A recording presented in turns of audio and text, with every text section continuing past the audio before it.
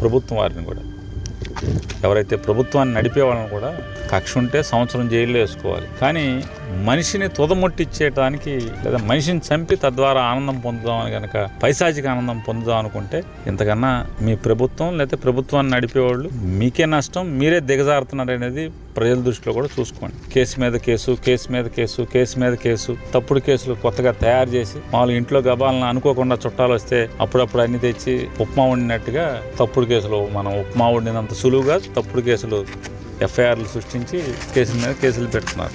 ఆరోగ్యం బాగోనప్పుడు హాస్పిటల్కి వెళ్తే హాస్పిటల్లో బాగోపోయినా కూడా బాగుందని రాయించడం, కస్టోడియల్ విచారణ పేరుతో ఈ రకంగా ఇట్లా చేయటం. ఏముంది కస్టోడియల్ విచారణ? తెలుగుదేశం ప్రభుత్వంలో తప్పు చేశాడంట, అప్పుడేమో సమ్మగా ఉంది చంద్రబాబు నాయుడుకి, లోకేష్కి, ఇప్పుడేమో దాని మీద పగలు తీసేయాలంటున్నారు. ఏది పాత చంద్రబాబు నాయుడు ప్రభుత్వంలో తప్పులు చేశాడంట, ఇప్పుడు పగలు తీస్తారంట, అప్పుడేమో సమ్మగా ఉంది మా ఆలేపు ఉంటే. ఇట్లాంటివన్నీ తప్పుడు కేసులతో విచారణ చేసి ఇది ప్రజలు హర్షించరు. ప్రజలు మంచిగా పరిపాలించంటారా బాబు అంటే వేసిన ఓటు ఎంతమంది వేల మంది వైఎస్ఆర్ కాంగ్రెస్ పార్టీ కార్యకర్తలను కొట్టడం, నడవలేకుండా చేయటం.